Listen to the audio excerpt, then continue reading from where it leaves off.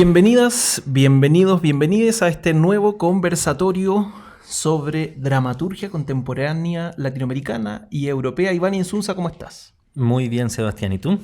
Yo bastante bien. Ahora que llegaron los calores y la primavera. Los frío-calores, los escalofríos. Eso. Sí, pues iniciando un nuevo conversatorio de la Rebelión de las Voces en conjunto con el Encuentro de Dramaturgia Latinoamericana y Europea Contemporánea en esta versión 2022. ¿Agradezcamos? Ya, pues, déjame agradecer. Si estamos haciendo esto, yo no puedo leer esta sigla, lo voy a intentar. El EDLEC 2022 es gracias al trabajo mancomunado y colaborativo de distintos espacios, como por ejemplo el Teatro Municipal de Ovalle, el Parque Cultural de Valparaíso, el Teatro Regional del Maule, el Teatro del Biobío, el Teatro Municipal de La Pintana, el Centro Cultural Gabriela Mistral, que es donde estamos ahora haciendo estas grabaciones, Teatro del Puente y el Centro Cultural Estación Mapocho. Así es, este año, además de los países, de textos de países europeos, de Austria, Croacia, España, Francia e Italia, se unen desde Latinoamérica, Argentina, Panamá, Uruguay y Costa Rica, a través del Fondo Europeo EULAT 4 Culture, un fondo EUNIC de los Institutos Nacionales de Cultura de la Unión Europea. Maravilloso. Oye, el encuentro propiamente tal se va a realizar en octubre. Entre el 11 y el 15 de octubre, un gran día para Chile. ¿Tú sabes por qué? ¿Qué pasó el 15 de octubre? ¿Qué pasó? Nació mi sobrino. Y también yo. Oye, agradezcamos. Irrelevante. Agradezcamos a quienes han organizado este evento. Por ejemplo, nuestra querida Fundación Santiago Off. Así es, con el Centro Cultural de España de Santiago, con Teatro CRO de Croacia, la Embajada de Argentina, de Austria, de Costa Rica, de España, de Francia, de Panamá, de Uruguay, el Goethe Institut Chile, el Instituto Italiano de Cultura y el Institut Français de Chile. Qué bueno tu italiano, me encantó. ¿Y el bueno, francés? Para más información, ahí nomás.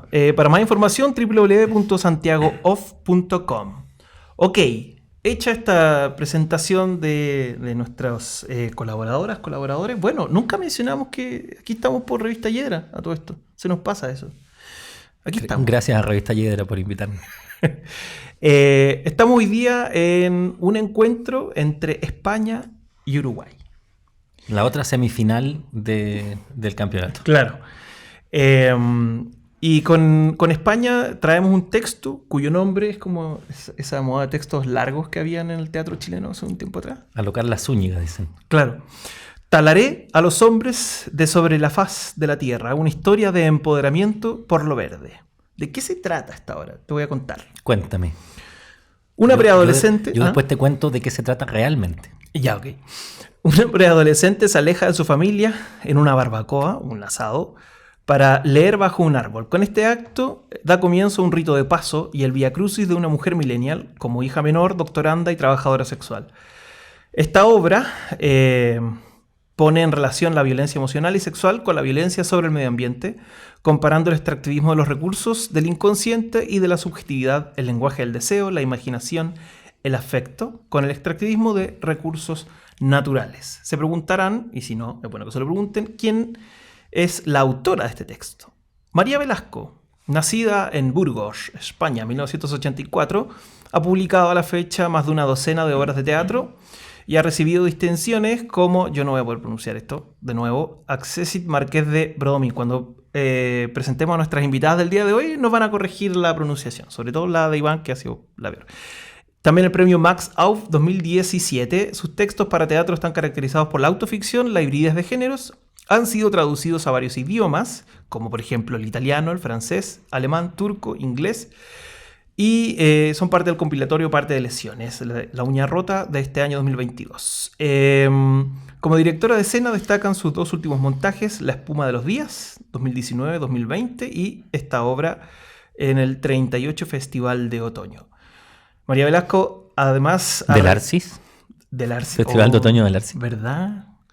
Velasco ha realizado además adaptaciones para el teatro de la zarzuela y dramaturgias para compañías de danza como la hispano-italiana y compañías interdisciplinares como la catalana, Los Impuxibles. Es doctor en comunicación audiovisual por la Universidad Complutense y máster en práctica escénica y cultural visual por el Museo Nacional Centro de Arte Reina Sofía y la Universidad de Castilla-La Mancha. El famoso programa ese. El famoso programa. Y bueno, el día de hoy estamos aquí de manera presencial, no vía Zoom, con nuestra invitada del día de hoy, Iria Retuerto Mendaña. Primero saludarte realmente, ¿cómo estás, Iria? Hola, ¿qué tal? Mucho gusto. Muchas gracias. Poder verte presencialmente. Iria es antropóloga, licenciada en la Universidad Libre de Berlín, magíster y candidata a doctora de educación por la Universidad de la Academia de Humanismo Cristiano de Chile. Se ha especializado en el ámbito de la intervención social, incorporando el arte como herramienta para la investigación y desarrollo de individuos y comunidades.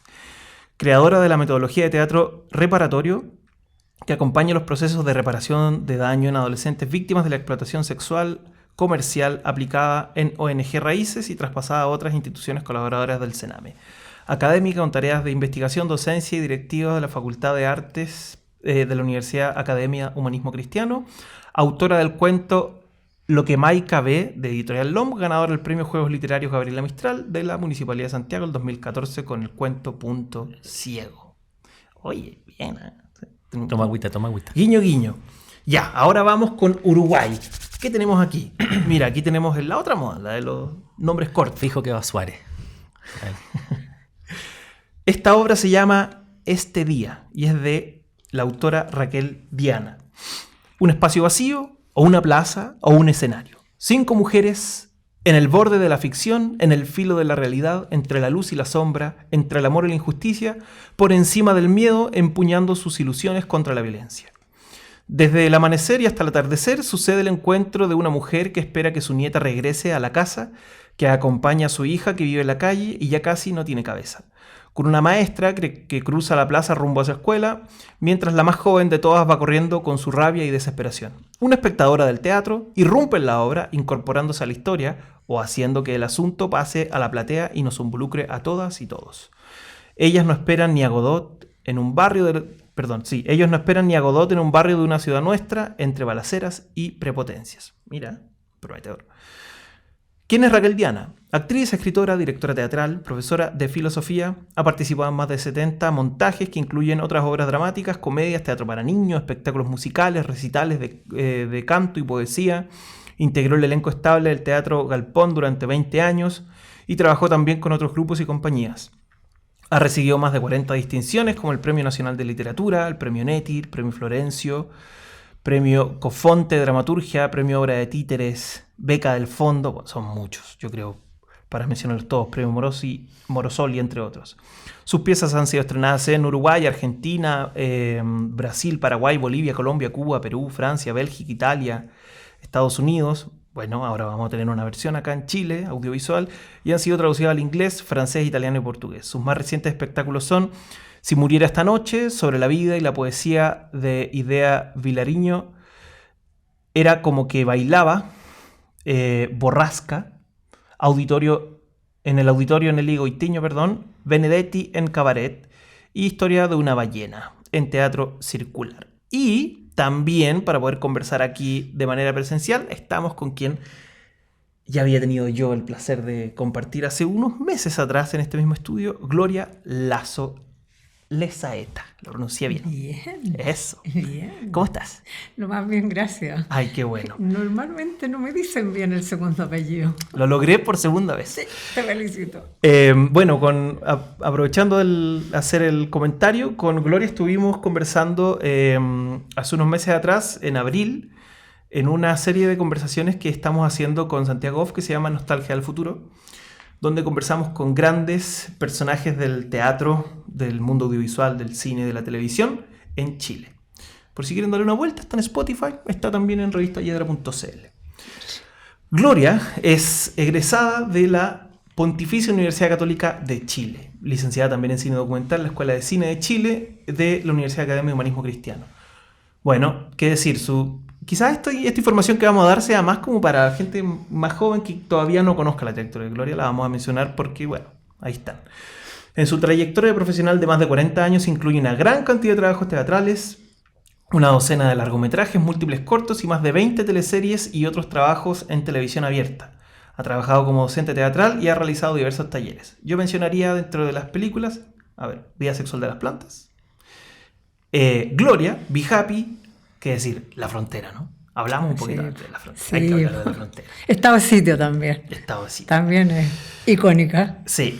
En teleseries, La Villa, año 86, A Todo Dar, 88. El amor está de moda, el 95. Algo está cambiando, Volver a amar.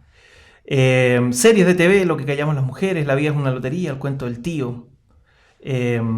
Bueno, premios, Laurel de Oro, Apes. Y, ¿sabes qué hablamos la otra vez? A Catalina Eso, perdón. Por la frontera. Catalina de Oro por la frontera. Y la otra vez mencionémoslo también, que tienes un libro, una autobiografía. Tengo 2 libros. Eso. Tengo 2 libros. El río que fluía hacia arriba, de Editorial Pehuen, que tiene 2 ediciones, 2009 y 2014 o 15 creo. Y La frontera, un tiempo feliz, que es una crónica sobre la filmación de la película, que es un proyecto que hizo Chile Actores sobre vidas de actores. Entonces, como yo ya había escrito vida, entonces escribí esta crónica de la filmación. Y se llama así, La frontera, un tiempo feliz. 2021. Sí. ¿no? Sí. Y tengo también 3 documentales. Eso no lo tenía yo. ¿Eso no lo tenías tú? No. Bueno, hice Buchman, comunista con el favor de Dios, que es la vida de él, que tuve la casualidad, la suerte de haber hecho la película meses antes que él se muriera. Finalmente, en los créditos finales está el funeral, o sea, fue pero así, justo en el instante. Viejos Amores, que son 7 actrices mayores, la Bélgica Castro, la Delfina Guzmán, la Gloria Muchmayer, en fin, la Lili Ross, y hay 3 muertas. Y es bien bonito porque dejaron su historia y sus vidas y sus cuentos ahí para siempre. Y la última, que la hicimos en el año 19 y justo la íbamos a estrenar y vino el estallido y después vino la pandemia y no sé qué. Entonces se ha dado un poco, se dio en TVN y Viejos Amores también se dio en televisión abierta. Pero esta vez son hombres, son actores, son 6 actores, que está Tito Noguera, Ramón Núñez, Julio Jung, Tomás Vidiella, que también fue casual que se murió justo después. Así que, bueno, trabajando sobre la memoria en el fondo, eso. Siempre activa, interesante. Bueno, presentaciones hechas, ya estamos por fin listos, Iván. Ahora yo me callo y hablas tú. Mentira. Sí, bueno, o sea, vamos a generar un poquito de marco para la conversación para que hablen nuestras invitadas. Ya, a ver. Yo pensaba que si uno intentara identificar como rasgos comunes entre el texto uruguayo y el texto de España, hay como podríamos decir como un retorno de la desconfianza en el lenguaje, ¿no? Como este desfondamiento que es tan propio de una dramaturgia como 2000era, ¿no? Cuando es esta cosa de la fragmentación, como la dramaturgia posmoderna, ¿no? La fragmentación, la línea. Yo siempre doy como ejemplo Kinder de la Ana Archa, que era una cosa como línea, punto, pregunta, y de repente una palabra suelta, ¿no? Esta idea de apoderarse del espacio de la hoja también, como alguien habla por acá. En definitiva, una dramaturgia en la que no tenemos muy claro quién está hablando ni desde dónde, ¿no? Que podría ser una buena manera de describir nuestro tiempo. Y en ese sentido, el texto uruguayo derechamente coquetea y derechamente reescribe, ¿no? un imaginario beckettiano, sobre todo a partir de Esperando Godot, con la referencia a los personajes y en la reseña directamente. Y por otro lado, el texto de España, hay algo que uno va adivinando en la lectura, pero que se detona con claridad al final, que es esta idea de la escritura automática, ¿no? Lo dice derechamente el texto hacia el final, pero uno lo venía sospechando un poquito de antes, ¿no? Y sería otra manera, pensaba, de desconfiar en el lenguaje, ¿no? Cuando pensamos que el contenido manifiesto en términos psicoanalíticos no necesariamente es el contenido latente. Y parece ser que hay algo que está latiendo todo el tiempo ahí y que se rodea, ¿no? Se le pasa por encima, se vuelve. Eso, quisiera entonces como partir preguntándoles respecto de una cuestión más formal, ¿no? Antes de que entremos en los contenidos o en procedimientos específicos. Parece ser que hay algo como de época de que estamos como volviendo, ¿no? A desconfiar del lenguaje. ¿Les hace sentido esa afirmación? Sí, me parece interesante la afirmación, pero creo que son muy distintas, porque a mí me parece que el texto español es sumamente barroco en el subtexto. O sea, como que es un tejido muy complejo que está muy bien hilado. ¿no? Porque, claro, por lo que tú dices, que es una dramaturgia fragmentada, donde tienes monólogo, tienes diálogo, siempre es un texto poético, pero tienes verso, tienes prosa, tienes una prosa muy descriptiva de repente, pero aparecen todo el rato algunos nexos, como ciertos personajes, como, bueno, la idea de que es autoficción también con el personaje de la chica, pero ahí también juega, porque a veces se llama niña y a veces se llama la mujer, ¿no? Entonces, con esta idea de que, por ejemplo, uno de los profesores que está en su examen de grado después también es uno de sus clientes, o sea, no es que sea, pero está jugando con esa idea de vocal 3, cliente 3, el tío que aparece y desaparece. Entonces, a mí me pareció muy interesante eso, cómo está muy bien urdida la trama para que tú no te pierdas, ¿no? Y en ese sentido creo que es mucho más barroca, ¿no? Si es que se le puede aplicar ese adjetivo. Y la uruguaya, ahí sí me parece que está más cercana a lo que tú dices, ¿no? El lenguaje súper parco, no se preocupa mucho más allá de los nombres y un par de cosas de esa referencia a Godot, más está puesta ahí y no profundiza mucho en ella. Y esa parquedad, y que la hace también bastante más difícil de entender desde mi punto de vista, es lo que la hace interesante también, ¿no? Porque tú no sabes muy bien dónde están, después aparece la plaza, sí. Después aparece una jauría, entonces no sabes si es una jauría de verdad o es una metáfora. Entonces ese juego, esa parquedad te lleva a ese juego. Esa fue mi sensación. Sí, muy de acuerdo, muy de acuerdo. Pero igual es curioso, porque uno que ha visto tanto teatro por tantos años, de repente ir viendo este proceso del teatro, este cambio de lenguaje como esta especie de fragmentación a la que tú aludías antes, es bien interesante porque uno estaba acostumbrado de repente a que las obras de teatro tenían un hilo conductor, una lógica, un texto, un subtexto, y era todo como muy lineal y muy sencillo. Entonces, esta cosa como chispazos, como explosiones,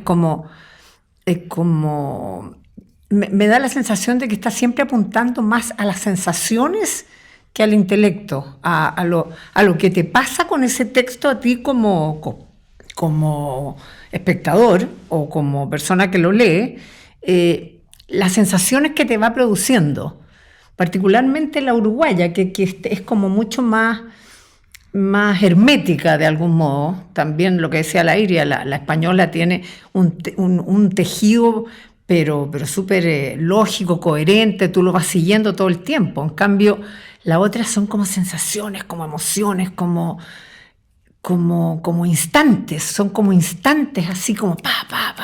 Eso me llamó mucho la atención. Pero en ese sentido son como distintas, pero tienen como puntos en común, porque la otra también tiene esa cosa como de los momentos y de las sensaciones. De repente te produce como, particularmente la española, a mí las dos me produjeron una sensación de desolación enorme, de vivir en unos tiempos tremendamente desolados, como que la soledad de los personajes se me venía encima todo el tiempo. La soledad de la niña española en su adolescencia, que a mí no me quedó claro si era imaginación, si era real, si no era, pero la soledad de esa persona donde las otras también hay un tema con las mujeres. En las dos está como muy importante. Los hombres casi no existen, o sea, no los taló del planeta solamente la española, porque la uruguaya los taló definitivamente, nunca estuvieron, no alcanzaron a ser ni plantados siquiera. Entonces, eso también me pareció interesante y curioso, como un mundo sin hombres. Y la imagen de los hombres es feroz, es muy feroz, una utilización de las mujeres, una insensibilidad absoluta hacia las mujeres, y las mujeres como sometidas. En ese sentido, el español es muy interesante, porque todo este paralelo que va haciendo con la depredación a la mujer y la depredación a la naturaleza, con la inconsciencia absoluta de estar depredando. Y en lo uruguaya, a su vez, están estas mujeres ahí como en ninguna parte, como en la nada, pero agarrando como trocitos de lo que fue su vida, de lo que son sus relaciones personales, emocionales, pero tampoco existen perros, existen loros, existen animales, existen lazos maternales, existe la línea troncal de la madre, pero los hombres no existen. Entonces me pareció bien interesante eso. Estaba pensando que quizás un elemento de unión entre lo que menciona Iria y lo que menciona Iván es que, independiente de si estamos frente a un barroco o lo contrario, una estrategia de constante extracción del lenguaje, en los dos lo que está presente es la oposición a la tradición en la escritura. Cuestión que también me llama la atención, un comentario un poco anexo y te paso la pelota imaginaria, es que decimos como dramaturgias 2000eras o como de esa época porque efectivamente las podemos signar en ese momento respecto al teatro.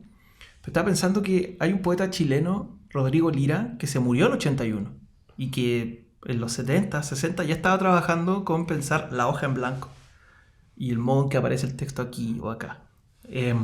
Bueno, un poco lo hizo Huidobro en los años 30. Claro, también. Sí. Sí, en el otro conversatorio hablábamos sobre lo contemporáneo y yo pensaba, bueno, a propósito de las cuestiones que he trabajado, ¿no? Pero uno va para atrás, llega el urinario de Duchamp, va para atrás, llega las vanguardias, va para atrás, llega la muerte de Dios y dice, todavía aquí puedo encontrar el mismo hilo, ¿no? del cual seguir tirando. Sin embargo, hemos constatado en más de una ocasión, ¿no? Que el teatro, ya sea por su propia lógica disciplinar o por algún fenómeno local que habría que seguir pensando, siempre ha sido más conservador, ¿no? Más resistente a estos lenguajes. Por eso digo, es una cosa como más posmoderna que uno podría pensar de los 80, pensamos, no sé, en Heine Miller, por ejemplo. Sí. Y en Chile, yo diría que en la escena chilena, digo esto de los 2000 era, ¿no? Como más bien tardío. Yo quería ir a un asunto en relación al texto español en particular. A propósito de lo que tú decías de estos como distintos tipos de registro, mientras los nombrabas decía, bueno, la narrativa también, ¿no? En un momento la novela aparece de lleno con la relación entre la doctoranda y la prostituta, ¿no? Como esta doble vida del personaje, y da la sensación de que es la propia narrativa. Pensaba hasta qué punto no tiene que ver también con cómo la autoficción la heredamos de la literatura también. La parte narrativa parece ser la parte más transparente, digamos, a la lectura, ¿no? Y uno dice, bueno, aquí me puedo imaginar la escena. Y precisamente las partes de diálogo, que uno podría pensar que son de una dramaturgia más convencional, dramática, son mucho más crípticas, ¿no? Y cuando aparece la narrativa, como que uno dice, dramaturgia contemporánea, ¿no? Como los textos que revisamos el año pasado, que eran todos así, como primera persona, hablo, cuento, no se sabe dónde estoy, pero tengo una historia que contar, por decir, ¿no? ¿Cómo ven eso? Que hay como una diferencia de registro, ¿no? Entre el inicio y el final, que están como en la misma... Y al centro se despliega esta especie de novela sobre la... Yo por eso diría, el nombre que rebautizaría esa novela sería como La doctoranda prostituta, ¿no? Son los dos ejes muy claros que son difíciles de seguir en las otras dos partes, ¿no? Inicio y final. Sí, aunque el primer texto, que es en verso, también es muy narrativo, ¿no? El del asado, que cuentan que fueron a un picnic y entonces ella se arrima a un árbol y se queda como pegada. Y después, claro, en el diálogo juega más con estos epígrafes que aparecen de repente, y en el diálogo con la madre, creo que aparece un periodista. Sí, pero aparecen unas frases que son de un periodista muy conservador español de radio, que dice esas cosas así como, pero ¿cómo me hago feminista? ¿Qué hago? ¿Me opero? Esas burradas. Y lo que me parece interesante también del lenguaje del texto español es que está lleno de consignas del nuevo feminismo, ¿no? O sea, tú puedes hacer una lista de la irresponsabilidad sexoafectiva, aparece el aborto, aparece el tema de lo físico, del cuerpo, del uso del cuerpo, del dinero, un montón de cosas, de las madres que van sacrificando toda su esencia a un matrimonio fracasado, aparece el maltratador. Sí. Pero, y yo creo que, claro, si no hubiera estado la historia de autoficción entre medio, eso se hubiera convertido en algo mucho más panfletario, quizás. y el lenguaje poético que tiene. Eso también como que le hace un contraste a estas consignas. Y además la ironía y la sorna en muchos casos, porque es bien... Sí. Muy irónica, es muy tiene irónica. un humor, pero casi más que irónico, o sea, bien cruel muchas veces. Y eso te saca un poco de esta especie de listado de temas del nuevo feminismo, ¿no? Eso me pareció muy interesante. Realmente, a mí lo que me pasó es que se me producía como una disociación entre las dos partes.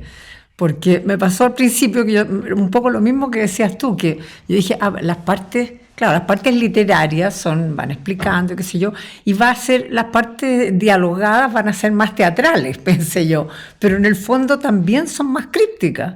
Entonces, es súper interesante cómo está manejado. Como yo encontré que la obra era muy, muy interesante en ese sentido, porque si bien, como dice la Iria, plantea todas las reivindicaciones o los temas feministas, al mismo tiempo usa una ironía y un poco se ríe de sí misma. En todo el juego de quedarse, primero se prostituye y después trata de recuperar su capacidad intelectual, pero en el fondo queda como en ninguna parte, porque ni es la mujer intelectual, ni tampoco es la prostituta, es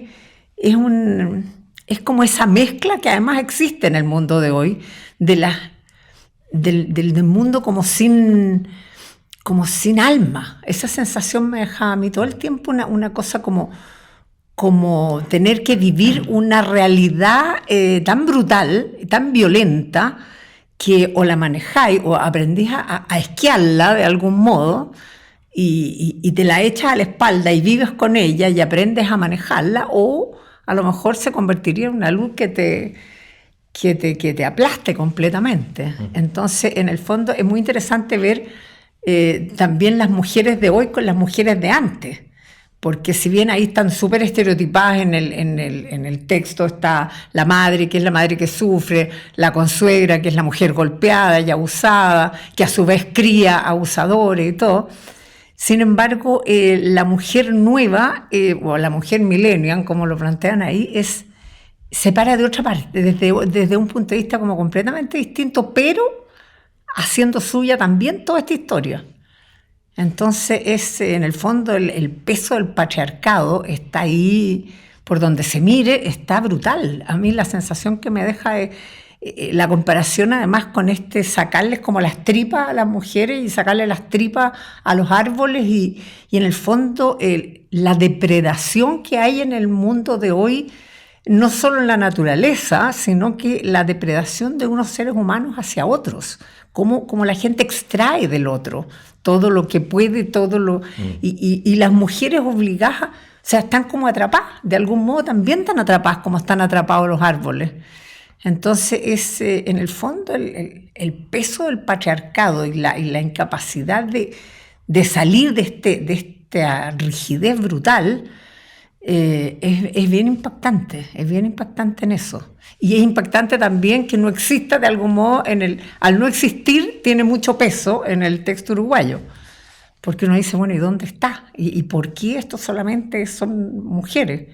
Entonces también hay un tema con eso. O sea, para mí el tema del feminismo y del patriarcado está muy, muy presente todo el tiempo y es muy potente. Y es bien interesante para mujeres de más edad, como puede ser el caso mío, que tuvimos otra educación y que tuvimos otra forma de enfrentar la vida y las relaciones humanas. Es muy distinto cómo se enfrentan hoy día. Entonces eso es muy interesante, es muy, muy interesante, porque ha habido un giro en un montón de aspectos, pero en el fondo, el abuso del mismo, el maltrato del mismo y la limitación a la que están sometidas las mujeres es la misma.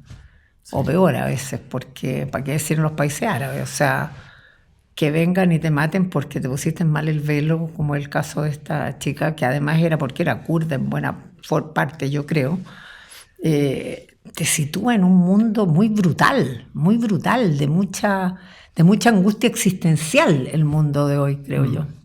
Sí, Iria, quería agregar. Sí, es que me pasa o sea, me parece interesante comparar desde el feminismo los dos textos, porque mi gran pero con el texto español es que aparece ella muy instalada y solo instalada en el lugar de la víctima. Ujú.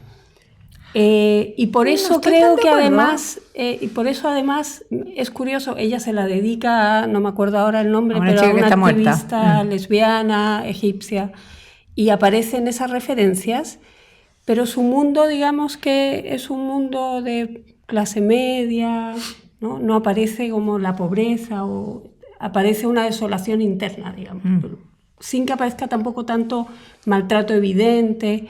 Y mi sensación es eso, que se sitúa desde la víctima porque ella acciona poco. O sea, lo único que tiene de acción, más allá de las cosas que hace, hablar, etcétera, es que tiene este lenguaje, porque como es autobiográfico o autoficción, tiene un lenguaje que con la ironía tiene una fuerza, ¿no?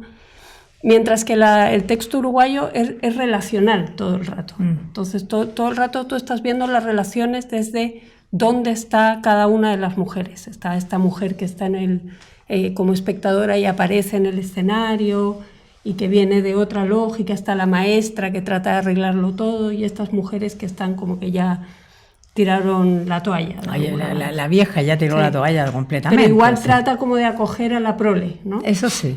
Y aparece algo de materialismo, así como aparece la calle, aparece la pobreza, les quitaron la casa, que en el otro lado o sea, en el texto español no aparece, pero sí aparece muy claramente, y que me parece que es del feminismo de la última ola, y que de hecho se ha discutido mucho con el Me Too y todo eso de instalarse en la víctima a la que todos tienen que comprender y acoger, etc. A mí me parece que eso es un tema a discutir. O sea, que lo tensiona, ¿no? Uno puede tener su opinión o no, pero creo que este texto español lo hace bien presente, ¿no? No sé si, ¿no te pareció? No me pareció tanto que fuera, o sea, era como, sí, efectivamente era víctima, pero como que esquiaba para mí en esa especie de mar en el que está inmersa. Tomaba algunas decisiones de algún modo, o sea, el prostituirse o no era casi un deporte, era interesante porque no lo necesitaba. Pero se acaban aprovechando de ella igual. Claro, se acaban aprovechando, pero ella, teóricamente, ella como que toma la decisión de hacerlo. No se entiende tampoco tanto por qué, porque no es que tenga una necesidad económica, es para comprarse más cosas, para tener más lucrar más, a lo mejor disfrutar de tener cosas, pero como que esa opción para mí era un poco optativa, digamos. Ella podía elegirlo o podía no haberlo elegido. Podía haber sido una intelectual tranquilamente y todo. Entonces hay como un cierto manejo, pero para mí era como para instalar la ironía de las contradicciones a las cuales están sometidas. Porque no era tan lineal todo tampoco. Ellas tienen un nivel de opción que de algún modo las mujeres de antes no tuvimos. O sea, nosotros no habríamos podido optar por prostituirnos mientras estábamos en la universidad. Si alguna lo hizo sería raro. Entonces, cómo han ido cambiando los cánones, y yo no sé si tan víctima, yo no la siento o sea, víctima en el fondo sí. Pero a mí, más que el victimismo, a mí me impacta como este mundo sin alma, un mundo donde uno se maneja con las sensaciones, como con el cotidiano, con la cosa del diario vivir, pero como que no hay alma, no hay emociones, no hay sensaciones detrás. Eso me parece como más terrible que el ser víctima, porque finalmente las mujeres sí somos víctimas en el patriarcado, de una u otra manera, en Uruguay o en España, una reivindicándolo más, unas menos. De todas maneras, el patriarcado es una caja de fierro en la cual las mujeres tenemos que aprender a movernos. Entonces, esa cosa vista desde el punto de vista como irónico, como casi cínico, que plantea esta niña, me pareció interesante.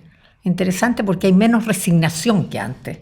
La víctima antes era como pobrecita yo. Aquí hay como otra se sitúa desde otra parte, aunque sea víctima también, pero se sitúa desde otro ángulo, que es más nuevo, más distinto. Eso me parece interesante eso. Ahí, si uno sigue la línea de lo que plantea Iria, aunque también uno podría encontrar así, el niño consenso, ¿no? Un consenso entre ambos puntos, es que, claro, había una frase dando vueltas por ahí en internet que decía algo así como que la víctima es el héroe de nuestra época. Y no habría que desconocer que los procedimientos de victimización están siendo utilizados el día de hoy políticamente para posicionarse, ¿no? Como es más fácil decir estoy siendo víctima de fake news, ataques, no sé, asumir un error, o asumir que algo no lo dije bien, o asumir otra posición específica. Y en ese sentido, estaba pensando también que, como decía Gloria, hemos vivido un giro, ¿no? Se ha vivido un giro respecto de los mismos feminismos y me atrevería a decir que en Chile se han vivido varios giros desde el 2018 dentro del mismo feminismo.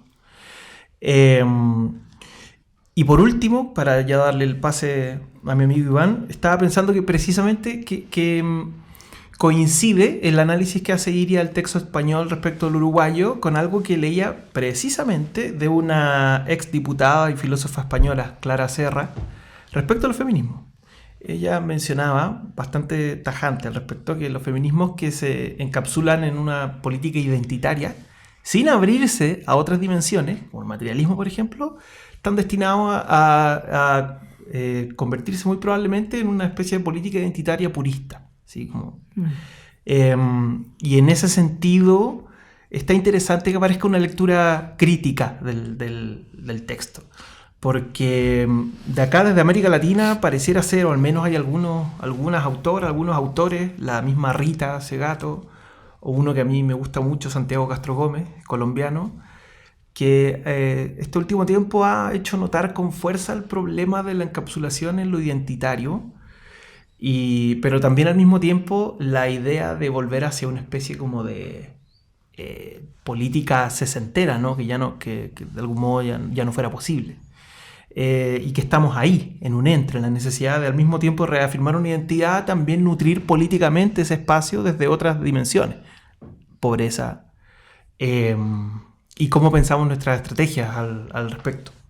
Eso, querido amigo. Sí, me quería sumar a la discusión. No puedes. ¿No? Ya, bueno, ya. Yo, desde antes, desde la lectura del texto, también me evocó un poco como Virginie Despentes, ¿no? Con Teoría King Kong, donde ella como que hace teoría, pero al mismo tiempo se autoficciona, ¿no? Y visita figuras, digamos, como problemáticas para los feminismos, como son la pornografía, la prostitución, ¿no? El empoderamiento sexual, la violación. Y pensaba que quizás hay algo que no sé si calificaría como que el problema de la víctima sea precisamente el título. Pensaba que hay algo de eso que emana también de la pretensión abarcadora del feminismo, ¿no? Como si el problema se diera también en lo que ahora está también muy manoseado, ¿no? Esta idea de la superioridad moral porque es un feminismo que es anti-extractivista, anti-especista, ¿no? Ecofeminista, es decir, porque soy feminista, al mismo tiempo combato tal violencia del patriarcado en la cotidianidad de la mujer, al interior de la casa, fuera de la casa, en el trabajo, donde sea, pero al mismo tiempo eso tiene coherencia con el amor a la naturaleza, con reciclar, ¿no? Como que se empieza a armar una especie de mono completo progresista que parece ser que algunos feminismos se quisieran como adjudicar, ¿no? Y la Camille Paglia, la feminista que odian las feministas, dice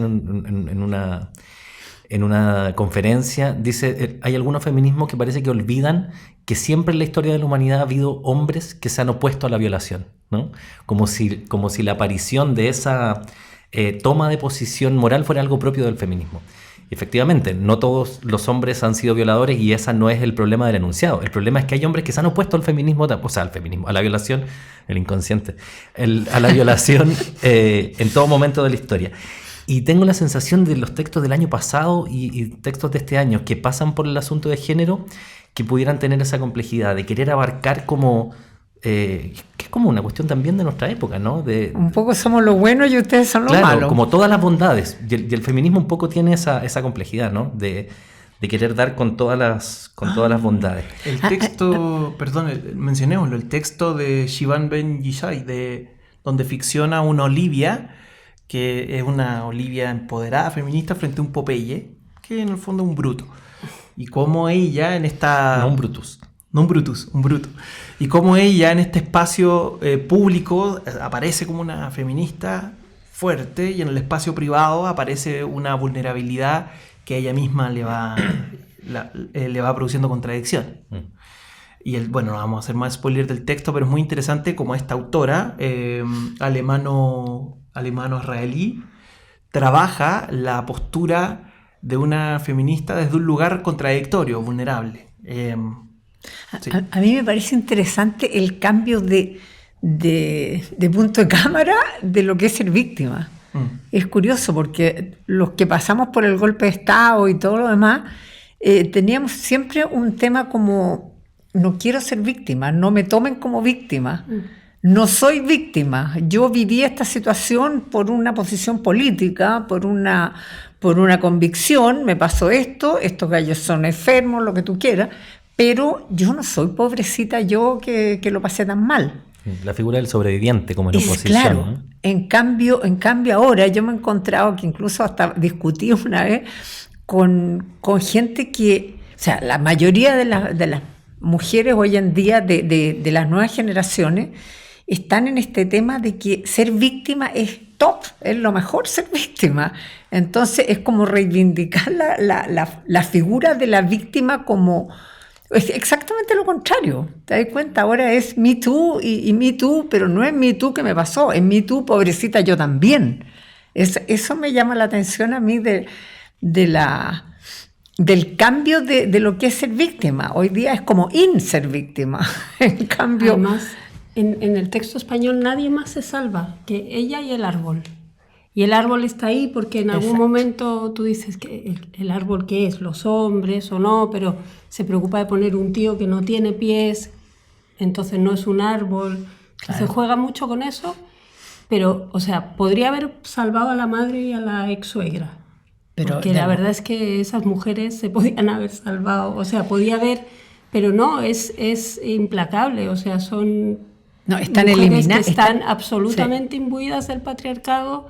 A eso me refiero, que hay un lugar de la víctima, más allá de que obviamente del patriarcado las mujeres son víctimas, etcétera, ¿no? Entonces, ¿cómo no sale de ahí? Y ella, en cualquier parte, aunque tome la decisión, van a abusar de ella, se van a aprovechar. Eso me parece que es, como tú dices, propio de estos. A mí me parece, por ejemplo, que la otra vez en una discusión me llamó la atención porque...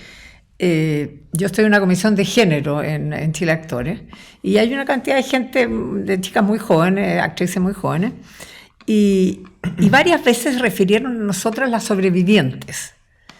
Entonces yo le dije, oye, de verdad, paremos. O sea, sobrevivientes son las personas que pasaron por tortura, por desapariciones, porque aquí hubo un golpe de Estado y esas personas sí son sobrevivientes de una posibilidad muy, muy concreta de haber sido asesinados. Pero no es lo mismo, o sea, yo creo que el llamarse a sí mismo sobreviviente puede ser muy brutal, a lo mejor, muy brutal lo que viviste, pero no es lo mismo. No es lo mismo. No es lo mismo que te viole un tipo hoy día a que te violaran en una casa de tortura como método de tortura. Hay un matiz que es distinto. Entonces, un poco lo que decías tú, no se salva a nadie. De algún modo están como descalificadas. La mamá y la ex suegra están descalificadas. O sea, yo sí soy... Lo que a mí me pasa sí es importante. Ellas ya pasaron, ¿no? Hay una cuestión bien rara como de ego en el punto de vista de ella. Cuando tú decías que ella es la víctima, yo siento que sí, pero más que nada es como el ego de ser víctima. Sí. Hay como una reivindicación de que lo que tú decís, la la única víctima verdadera soy yo. Por eso yo decía la cuestión moral, ¿no? Que eso parece ser lo que el posicionamiento político como posicionamiento moral no deja a nadie en pie, excepto yo y mi lucidez, ¿no? Claro. Mi lucidez para la lectura del mundo. Y por eso que la última pregunta, que era un poco derivada de lo que venía diciendo, tenía que ver con eso. Para mí resulta muy interesante esta parte de la puta con marco teórico, digamos, ¿no? Como eso me parece que es donde uno puede, precisamente porque abandona salvar a los canguros de no sé dónde, salvar la Amazonía, y se centra como sobre su autobiografía, su experiencia de mujer, y cómo eso tiene... Y esa violencia del tribunal de su defensa de tesis me parece que es sumamente atractiva, interesante, cruda, ¿no? Como dolorosa. A propósito de lo que decías tú delante, Gloria, de cómo es hoy día, ¿no? Y hoy día, digamos, se es prostituta con marco teórico. Eso me parece, o sea, con conciencia, con empoderamiento, podríamos decir, ¿no? Todas estas cosas que aparecen en el personaje. Decisión, y cuando lanza estos cúmulos de autores con los que está trabajando el marco teórico, cómo resuenan, digamos, con las escenas más crudas de la prostitución. ¿No? Como aparece Rancière aquí, Lehmann aquí, ¿no? Kierkegaard, como es bien alucinante. Y mi pregunta sería precisamente a partir de esa cosa que uno podría decir ya se puso críptico, ¿no? Se puso como elitista o solo para algunos, porque ¿quién va a hacer las relaciones? Porque finalmente está hablando una candidata a doctora, ¿no? Pero parece, insisto, para mí resulta como el pasaje más interesante. Con esto quiero levantar como la pregunta de ¿para quién?, ¿no? Que es una pregunta que habitualmente no visitamos tanto, pero ¿para quién son estas dramaturgias contemporáneas? ¿Para qué públicos? ¿Para qué circuitos? ¿Para qué subjetividades que responden del otro lado, ¿no? Eso. Perdón la pregunta, pero... Al cierre tiró un misil. Imagínense. Por favor. Claro, es complejo porque... yo creo que para sacarle el jugo a cualquiera de estas dos obras hay que leerlas varias veces, y en el teatro tú lo ves una vez. Entonces, como para responder tu pregunta, habría que pensar en la puesta en escena también, porque si no, el texto en sí mismo, si me lo leen, yo te diría que es para un público que está familiarizado con ese tipo de texto, que está familiarizado con esa causa y que es culto en el sentido que va a ir agarrando como esas citas, ¿no? Y de nuevo aparece esto de la puta con marco teórico que tú dices, es desclasada absolutamente también y desmaterializada. O sea, esto, yo me acuerdo, yo estudié en Berlín y ahí se veía eso, o sea, muchas universitarias se dedicaban a la prostitución. Y en esa época, viniendo de España, eso era una locura. Y ahora al parecer es más amplio allí, pero aquí todavía, que yo sepa, por lo menos no se ve, ¿no? Más bien tiene que ver con una cierta precarización de la vida, ¿no? Entonces, son textos muy elaborados en ese sentido. Y bueno, el teatro tiene eso, ¿no? También, que es como decía un materialista dialéctico, es la alienación de los burgueses, ¿no? La forma en que trabajan su alienación, digamos, a través de... A mí me da un poco una sensación de autocomplacencia, o sea, de algún modo hago este texto para gente igual que yo. No hago ningún esfuerzo por llegar a otros ámbitos, no me interesa lo que piensen los otros. En el fondo yo sentí que era un poco un espejo, o sea, yo me miro a un espejo y me encanta lo que veo. Y hay un darse vuelta en esto. O para los hombres o para las mujeres, que también sería la otra, un texto para las mujeres. Yo creo, para mí es un poco para las mujeres y como desafiante, entre comillas, hacia los hombres. Claro. Me da la impresión de que es como, mira, te pongo la pata encima, toma. Pero está muy acorde con ese nuevo feminismo, sí, con lo que vivimos acá en Chile también, que surgió desde las universidades, esta última ola también. Y en ese sentido es distinto de la uruguaya, pues es bien distinto, que el de la uruguaya trata de acercarse al público. O sea, de hecho hay un personaje que va todo el tiempo dirigiéndose al público, tratando de como de abrazar al público, hacer que el público gire y se involucre en esto. Es bien distinto, y eso a lo mejor hace la diferencia de un país latinoamericano en un proceso económico y social de evolución y el otro europeo distinto. Pero parte citando, o sea, se construye sobre una cita de Claro, Fernando Godoy. claro. Entonces, Bueno, también nosotros siempre hemos estado mirando para allá, pues Claro. también es lógico. No hay una reivindicación de los latinoamericanos en muchos aspectos, y aquí mucho menos. A pesar de que la última frase esa dice mucho, que es muy buena, que se supone que es una persona que va pasando por la calle, que dice, esto pasa en todas partes, pero aquí se nota más. Y eso que seguramente es muy uruguayo, también es muy chileno, y también es muy latinoamericano.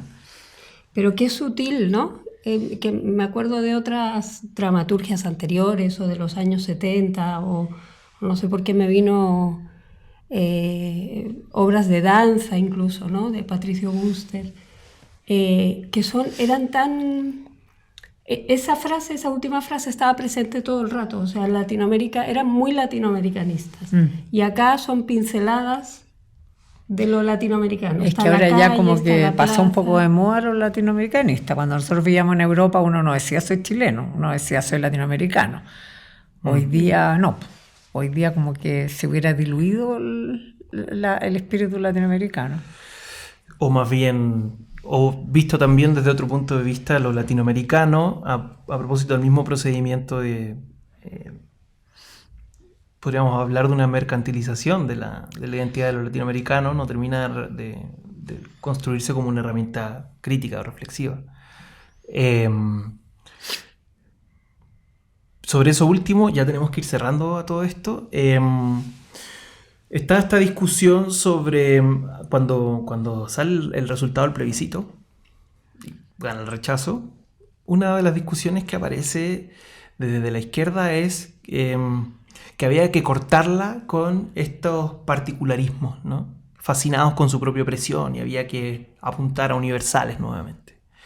Yo creo que tu pregunta, Iván, tiene que ver un poco con eso, como para quién. Es como cómo hacer al mismo tiempo un teatro que, dando cuenta de cuestiones identitarias, particulares de ciertas zonas, también apunta hacia un universalismo, ¿sí? O tiene alguna pretensión de, por último, encantar otros sectores que no sean simplemente el mismo propio, o mis propias gente, o gente que habita el mismo lugar en términos culturales, educativos, etc. Ahí hay un desafío para romper esa alienación que mencionas tú, diría, creo yo. Pues yo creo que vivimos en ella absolutamente, y está en todas partes. O sea, son compartimentos de estanco completamente, y todo el mundo encerrado en su mundito, y yo soy feminista y hago cosas que me van a ver las feministas y me aplauden, y yo soy de izquierda o yo soy de derecha, y son como munditos cerrados unos con otros. A mí esa es otra cosa que también me llamó la atención de los textos de las dos obras, que es como la incomunicación brutal, o sea, la soledad del ser humano hoy en día en todos los personajes. No hay relación con el otro, no hay intercomunicación con el otro. Soy yo y mi cuento, y el otro es yo, mi mamá, mi abuelita y mi cuento. Sí. Pero no me importa nada lo que le pasa al otro. Lo interesante del teatro es que no eres tú y tu cuento, sino que hay mucha gente más. Claro. Que es grupal. Entonces yo creo que es muy difícil la pregunta que tú hacías, Iván, con respecto a solamente el texto. Iván, ¿no? Sí. Respecto solamente al texto, porque por la descripción que yo leía sobre todo de la obra española, hay un ambiente onírico, la directora además rehuye un poco del realismo, entonces quizás sensorialmente es algo que llega muy profundo a todo el mundo, o a todas las mujeres, o a todas las chicas, no sé. O sea, están todos esos otros elementos que pueden hacer que un texto sumamente críptico sea muy cercano. Yo creo que hay que dar ese beneficio también de... Sí, es Dice ahí que la obra fue montada. A mí me encantaría ver cómo fue el montaje, porque indudablemente todos estos espacios literarios que tienen, cómo se montan, para que realmente se produzca una conexión con el espectador, súper interesante, que ganas de ver cómo fue ese montaje. Hay que ver qué es lo que hace ahora la versión audiovisual que va a aparecer, ¿no? Sí, Desde Valle. Tenemos que ir cerrando. Sí, amigo. pensaba precisamente como para cerrar que estamos cerrando con el gran problema de la dramaturgia contemporánea, que es que exalta algo que siempre fue propio de la dramaturgia, que es que siempre tenemos que leer imaginando, ¿no? O es siempre literatura y al mismo tiempo un posible potencial material de una puesta en escena. Y eso es muy lindo, porque uno ve cosas que definitivamente uno podría decir, esto no es dramaturgia, pero sí, la dramaturgia contemporánea hoy día es muchas cosas más de lo que lo fue hace algunos años, y eso implica estar siempre haciendo ese ejercicio, es más ¿no? interesante, es más de la interesante. apuesta. A propósito de lo que decía Ira, de esa posibilidad de que en otras dimensiones esa apuesta efectivamente toque lugares que el texto no pudo ver. Maravilloso. ¿Voy a censurar, Iván? No, pero No, silencio. No sé si Iria, Gloria tienen algo que quieran agregar hacia el cierre, que haya quedado pendiente por ahí.